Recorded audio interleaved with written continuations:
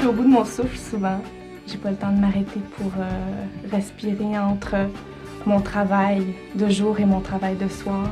Mais de dealer avec du court terme tout le temps, c'est dur, ça ronge. J'ai comme philosophie que tu es toujours le meilleur jusqu'à temps qu'il en arrive un meilleur.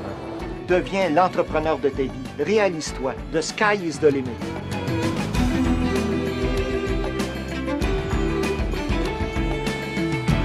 On leur avait dit d'aller à l'école le plus longtemps possible, de se ramasser de beaux diplômes universitaires et que tout allait bien aller. On leur avait même annoncé la Société des loisirs. Mais c'est tout le contraire qui s'est produit. Quand ils travaillent, ils courent comme des fous, écartelés qu'ils sont entre 2 ou 3 boulots. Le pire, c'est que même s'ils travaillent 50, 60, parfois 70 heures par semaine sans avoir droit au temps supplémentaire, ils doivent se contenter de revenus modestes. Après les baby boomers, voici donc les baby busters, ces jeunes dans la vingtaine qui sont engagés dans le véritable marathon que constitue la nouvelle réalité du marché du travail. Vous allez le voir, c'est pas toujours drôle.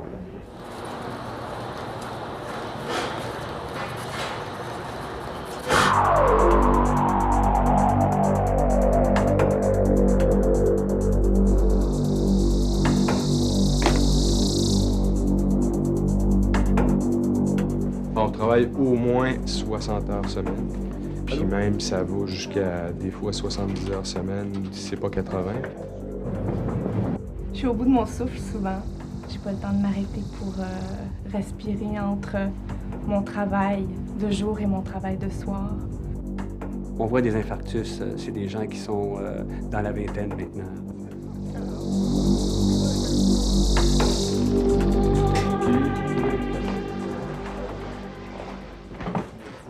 Je t'écœure et de manger des pâtes, des fois. J'aime beaucoup la sauce tomate, mais il y a des bouts qui ont été, en fait, plus difficiles. Je pense que c'est ça qui est le plus dur à vivre. De pas avoir quelque chose je dirais, un minimum de sécurité ou de perspective d'avenir sur un temps qui n'est pas nécessairement long, ça peut être du moyen terme, mais de dealer avec du court terme tout le temps, c'est dur, ça ronge. Tout le matériel était là, c'est correct? Ouais, j'ai reçu la liste, les cassettes. Les jeunes d'aujourd'hui ont grandi avec le discours de la performance. On leur a sans cesse répété que les diplômes et la compétence ne suffisent plus. Il faut être fonceur, débrouillard, être prêt à travailler fort à n'importe quel prix. Et si tout cela ne réussit pas, il faut créer son propre emploi. C'est ce qu'a fini par faire Charles-Éric Savard, réalisateur de vidéoclips. L'industrie de la vidéo est en pleine expansion depuis 10 ans, mais les grandes maisons de production n'embauchent presque plus. À 30 ans, Charles-Éric a donc créé sa propre boîte chez lui. Il travaille en moyenne 70 heures par semaine, souvent gratuitement ou à rabais. Nous, il faut aller voir des bandes, il faut rencontrer ces gens-là, faire des téléphones. Je veux dire, c'est des étapes qui sont pas rémunérées, bien sûr.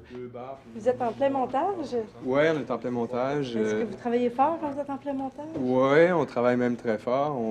Ce soir, on a commencé à 6 h, 18 h, puis on va terminer vers 4 h ce matin. Êtes-vous satisfait du produit jusqu'à maintenant? Oui, oui. Charles-Éric a fait des miracles avec un budget qui était ridiculement bas, là. Et puis, ce qu'on voit là, c'est incroyable, vraiment. C'est digne de Hollywood. Charles-Éric ne gagne que 15 000 $ par année pour faire ses petits miracles. Mais il ne s'en plaint pas parce qu'il a choisi de faire ce qu'il aime dans la vie. Et ça, est-ce que ça entraîne des sacrifices sur des choix de vie, par exemple? Ben, j'ai été obligé de vendre ma Porsche récemment. Il a fallu que je vende les 18 chevaux pur sang. Ça entraîne des sacrifices, oui, mais je pense que ça entraîne... Le sacrifice ou le changement, c'est de s'analyser puis d'analyser les valeurs dans lesquelles on a été élevé, puis d'en faire un deuil, puis de se rendre compte finalement que ce qui est fondamental, c'est de faire ce qu'on aime. Sophie Azura, elle, ne fait pas vraiment ce qu'elle aime dans la vie. En attendant un emploi d'enseignante, elle fait du télémarketing le jour et 4 soirs par semaine, elle donne des cours privés de français. Elle travaille au moins 55 heures par semaine, sans compter les heures sur la route, pour un revenu annuel de 24 000 $. Sophie, là, vous vous en allez à votre deuxième emploi. Il est déjà 5 heures, 17 heures. Est-ce que vous avez le temps de souper? Non, C'est toujours comme ça? c'est toujours comme ça. Vous soupez pas du tout? Ben, quelquefois, je m'arrête sur la route. Mais bon, je sais que de toute façon, quand je m'arrête sur la route, c'est jamais bon. Alors, je me dis que j'aime mieux attendre à 8h30. Est-ce que vous trouvez ça difficile de courir comme ça? Oui. C'est difficile à la fois pour le moral, pour le physique aussi. J'attrape tout ce qui passe. J'attrape souvent la grippe. J'imagine que c'est la fatigue qui fait ça.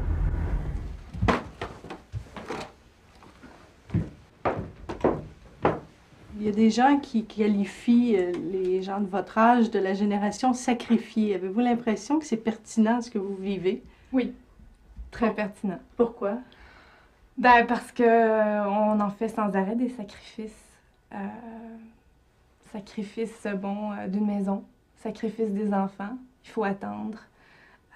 Parce que souvent, le conjoint avec lequel on vit en fait aussi des sacrifices, puisqu'il est de la même génération que nous, donc c'est mon cas. On nous a montré à performer, toujours aller plus loin. Des fois, c'est difficile, ça aussi. On a beaucoup de pression sur les épaules. Vous sentez que vous devez performer? Oui. Sinon, qu'est-ce qui arrive? Sinon, ben, on tombe, puis c'est quelqu'un d'autre qui prend notre place, c'est tout. Est-ce que ces jeunes-là vivent plus de stress lié à leurs conditions de travail? Énormément, énormément. On leur en demande beaucoup, on les pressurise, hein, comme des citrons. Ils doivent travailler rapidement avec des ressources amoindries, un temps comprimé. C'est un peu de la génération GLAD, hein. Ils sont peu coûteux, ils sont bons, ils sont résistants et surtout jetables après usage. Gérard Ouimet étudie et enseigne les relations de pouvoir sur le marché du travail. Il est clair pour lui que l'employeur a toutes les cartes dans son jeu. Le jeune a les mains vides. Il ne peut pas dire non. 30 des jeunes travaillent plus de 40 heures par semaine. Et les statistiques officielles sont encore bien en deçà de la réalité, car on ne comptabilise pas les heures supplémentaires non payées, une pratique de plus en plus courante qu'on impose surtout aux jeunes. Il n'est pas rare de voir des jeunes travailler au-delà de 60-65 heures par semaine. Et même lorsqu'ils vont prendre un week-end off, passez-moi l'expression, le lundi matin au bureau, il ne faut pas trop se vanter. Hein. Je suis allé passer un week-end en ski. C'est mal vu. C'est mal vu dans le bureau. Hein. On va dire, écoute, on te fournit un portable, tu devrais peut-être l'ouvrir les fins de semaine aussi. On fait, ma foi, travailler des jeunes sans nécessairement leur payer les heures supplémentaires. Deviens l'entrepreneur de ta vie. Réalise-toi. The sky is the limit. C'est ce qu'on dit aux jeunes. Alors ça, c'est très beau, tant aussi longtemps que je peux monter. Du moment où je suis plus capable de monter, ben, c'est moi qui deviens le principal coupable de ma stagnation, même de ma déchéance. Alors qu'avant, je pouvais pointer un système. Je pouvais pointer l'école, je pouvais pointer l'église, je pouvais pointer l'employeur, etc. Alors que là, on vous laisse à vous-même. Hein?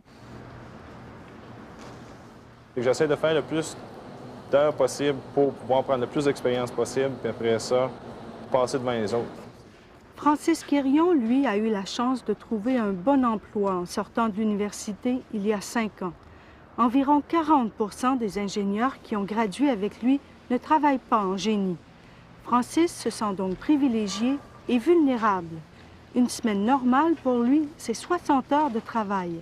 Et c'est souvent beaucoup plus. Il travaille fort parce qu'il aime ce qu'il fait, mais aussi parce qu'il sent toujours le besoin de performer pour continuer de mériter son emploi.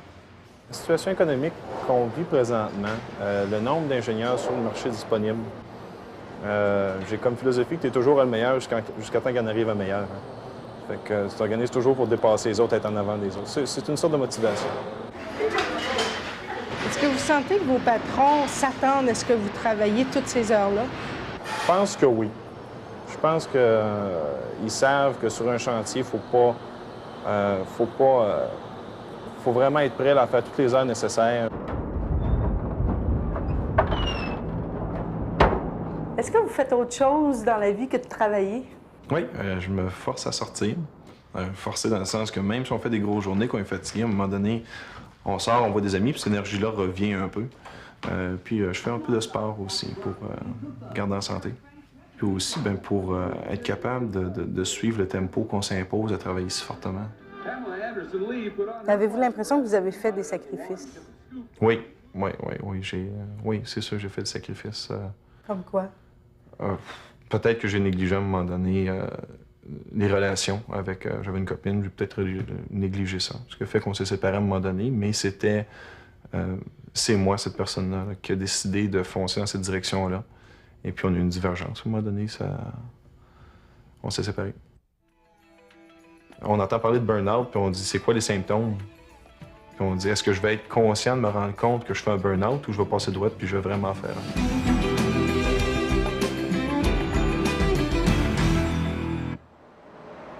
J'ai eu comme le sentiment que je faisais une crise cardiaque, puis tout ça. Là. Alors, c'est un signe qui est assez récurrent chez les gens qui ont fait des burn-out. Si certains sacrifient leur couple sur l'autel du travail, d'autres prennent de grands risques avec leur santé.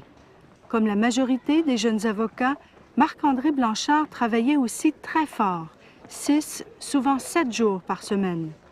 Un jour, sans avertissement, il est littéralement tombé d'épuisement. Il avait 28 ans. Je pense que je me suis jamais senti aussi mal de ma vie. C'est très difficile parce que ton système est complètement à plat, là, psychologiquement, émotivement, physiquement. Les batteries sont même pas à zéro, là, sont en dessous de zéro. Alors de remonter ça, puis surtout qu'on est habitué, là, moi j'étais habitué à ce qu'on fait ce qu'on veut faire, puis le corps suit, hein? Puis c'est un merveilleux rappel à l'ordre que c'est le corps qui mène, puis c'est pas l'esprit qui mène. Alors ça, c'est difficile à accepter aussi. Puis c'est difficile à vivre aussi parce que tu as des séquelles récurrentes qui reviennent ensuite. Là. Tu fais de l'agoraphobie, tu as peur des foules, tu as peur... tu as des attaques de panique aussi, qui est un signe très distinctif des gens qui font des épuisements professionnels. Est-ce que le contexte économique, l'incertitude peut jouer un rôle? On y pense au marché du travail, puis on se dit, bon, mais moi j'ai un emploi, il ne faudrait pas que je le perde. Bien, c'est pas toujours évident. Est-ce qu'ils en profitent, les employeurs, pensez-vous? Dans certains milieux en droit, comme dans d'autres domaines où il y a, quant à moi, j'appelle ça purement et simplement de l'exploitation. Il y a des gens qui travaillent sans être rémunérés. Il y a même des jeunes qui payent pour faire leur stage, ce que je trouve tout à fait odieux. Là. Les jeunes avocats ne sont pas les seuls à souffrir d'épuisement professionnel. Selon le docteur Serge Marquis, les bouleversements du marché de l'emploi ont des effets sur la santé de toute une génération. Avez-vous l'impression que les jeunes sont plus vulnérables au burn-out qu'avant? Oui, qu'avant, oui, je suis convaincu de ça. Parce que, d'abord, ils entendent régulièrement parler du marché de l'emploi. Ils savent, ou enfin, ils perçoivent que l'emploi est de plus en plus rare. Alors, ils vont vouloir donner de plus en plus d'eux-mêmes pour pouvoir maintenir un emploi s'ils en ont un, ou pour pouvoir l'obtenir s'ils en cherchent un. Alors donc, non seulement ils vont avoir à répondre à des exigences élevées, mais ils vont vivre une insécurité profonde en plus. Et est-ce que vous voyez qu'effectivement, il y a de plus en plus de jeunes qui souffrent d'épuisement professionnel? Oui, absolument. Quand on considère jeunes étant les personnes, je dirais même entre 20 et 35 ans, oui, définitivement, on en voit dans toutes sortes de catégories d'emplois. Comment on explique qu'un jeune de 25-30 ans en arrive si tôt à l'épuisement professionnel? Il surestime souvent ses capacités d'adaptation. J'ai vu des personnes qui disaient « je suis jeune, parce que je suis jeune, je ne devrais pas être fatigué ». Ils ne comprenaient pas que le fait d'être fatigué était quelque chose qui pouvait aussi être le fait d'une personne jeune. Je pense pas m'épuiser parce que ce qui est important pour moi dans le travail que je fais, c'est d'avoir du plaisir, de déconner, de délirer. Puis je pense que, bon, en vidéoclip, c'est un bon endroit pour le faire.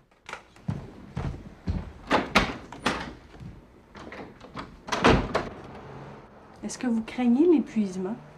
À tant toujours devoir performer sous un certain stress, dans l'incertitude? Oui. Surtout quand on voit des gens autour de nous qui tombent comme des mouches. Burn-out, dépression, des maladies mentales et tout. Donc je pense que oui, ça fait peur. Ça fait peur. C'est pour ça qu'il faut constamment essayer de trouver un équilibre, essayer de se reposer. On voit des infarctus chez des gens qui sont dans la vingtaine maintenant, dans la trentaine, chose qu'on ne voyait pas beaucoup il y a encore quelques décennies. Tout à fait. Est-ce qu'il y a autre chose, d'autres Des symptômes? problèmes digestifs, des hémorragies digestives chez des gens qui sont jeunes. Les problèmes, c'est important de regarder ça parce qu'il y a des phénomènes physiques qui traduisent l'épuisement, qui sont les premiers signaux d'alarme de la fatigue physique. Des gens qui vont avoir des infections respiratoires à répétition, par exemple, leur 6e rhume ou leur 7e rhume dans le même hiver. C'est le corps qui crie, le corps qui dit hey, « il faut faire quelque chose, s'il te plaît, occupe-toi de moi ». On entend parler de burn-out, puis on dit c'est quoi les symptômes? Puis on dit est-ce que je vais être conscient de me rendre compte que je fais un burn-out ou je vais passer droite puis je vais vraiment faire un? C'est les seules questions que je me suis posées. Les jeunes se disent fatigués d'être comparés aux baby boomers qui auraient tout fait avant eux. Ils ne se voient pas comme des victimes. Ils savent bien que les temps sont durs pour tout le monde. L'Américain moyen travaille aujourd'hui 1 mois de plus par année qu'il y a 20 ans. Et le culte de la performance est imposé à tous les travailleurs. Mais pour les jeunes, l'insécurité ajoute un stress encore plus malsain. Elle tue les rêves. 75 % des jeunes de 25 à 35 ans n'ont pas de sécurité d'emploi. Et la précarité est là pour rester. Je suis profondément inquiet. Je pense qu'on voit actuellement la pointe de l'iceberg. J'ai l'impression qu'avec l'accélération des rythmes qui ne fait que se poursuivre, il faudra qu'il y ait une prise de conscience collective pour faire en sorte qu'on évite qu'il y ait de plus en plus de personnes qui sombrent dans le gouffre de l'épuisement et de la maladie, associées à ces exigences trop élevées. Comment éviter cet engrenage-là? Comment éviter de tomber dans le cercle vicieux? C'est une bonne question. Si j'avais la réponse... je pense que je serais probablement dans une île déserte que j'aurais achetée moi-même ailleurs. Là. Mais écoutez, je sais pas. Je pense que c'est presque incontournable. Parce que moi, quand j'ai fait mon burn-out, à l'époque, il y en avait eu des jeunes avant moi qui avaient eu un burn-out aussi. On dit de cette génération-là que c'est la génération sacrifiée. Est-ce que c'est une bonne définition, ça, selon vous? Je dirais que globalement, oui. Il y a une disparité très grande dans les rapports de force entre les deux générations. C'est le pouvoir gris qui domine, évidemment, parce qu'ils occupent des positions hautement stratégiques. Les baby boomers, dans les années 60, ont fait le monde. Les baby busters le subissent actuellement. Je dirais que le sacrifice le plus grand que ça entraîne, que j'ai à faire, c'est d'accepter que le temps passe, puis que je pourrais probablement pas faire tout ce que je veux faire dans ma vie. C'est probablement ça le pire. Je dirais c'est une concession, c'est une acceptation d'une certaine réalité. Quelle réflexion ça vous apporte sur votre génération, ça? Que si jeune, on soit déjà si fatigué de la vie, finalement? Oui. Bien, ça m'apporte certaines craintes, mais en même temps, je dis qu'il y a de l'espoir. Qu'est-ce qui vous donne cet espoir-là? Je sais pas, des projets. On fait souvent de beaux projets et tout, donc je pense que c'est l'avenir qui est comme cette espèce de lueur d'espoir, de dire, bon, on va avoir des enfants, on va faire en sorte que la génération future va être saine et épanouie. En tout cas, je pense que c'est comme ça que je vois les choses. Les enfants, c'est souvent l'espoir. Les enfants qu'on n'a pas encore, mais qu'on aura bientôt. La famille semble avoir regagné ses lettres de noblesse auprès de ces jeunes. C'est dans le rêve ou la réalité des enfants qu'ils puisent leur espoir, beaucoup plus que dans une carrière, un concept qui, pour eux, relève presque de la science-fiction.